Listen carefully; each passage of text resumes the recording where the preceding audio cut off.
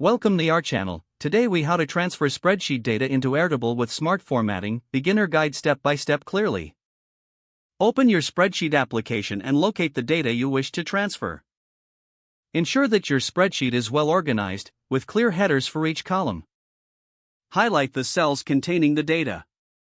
Right-click and select Copy or use the keyboard shortcut, Ctrl+C or Command+C. Now, navigate to your Airtable account.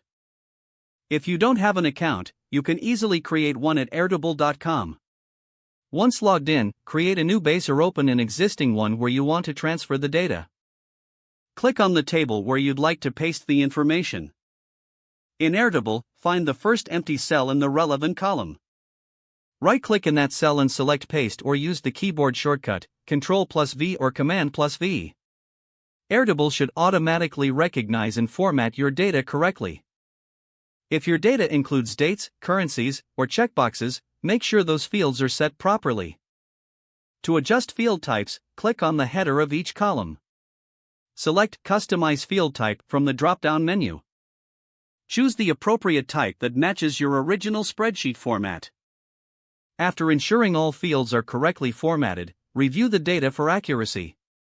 Make any necessary edits directly in Airtable if the formatting didn't transfer perfectly.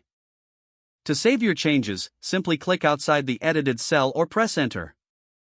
Use the view options to customize how your data is displayed.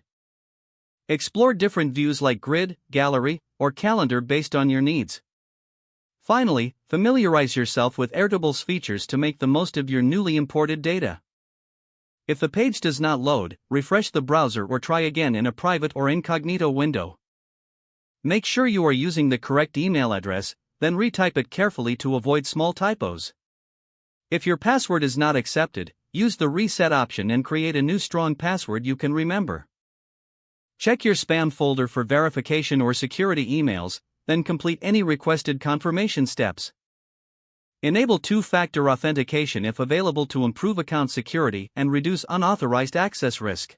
After signing in, review your profile details so your contact information and settings are accurate and current. If you see an error message, note it down and try again after restarting your device and internet connection. Don't forget to like this video and subscribe to our channel for more step-by-step tech guides.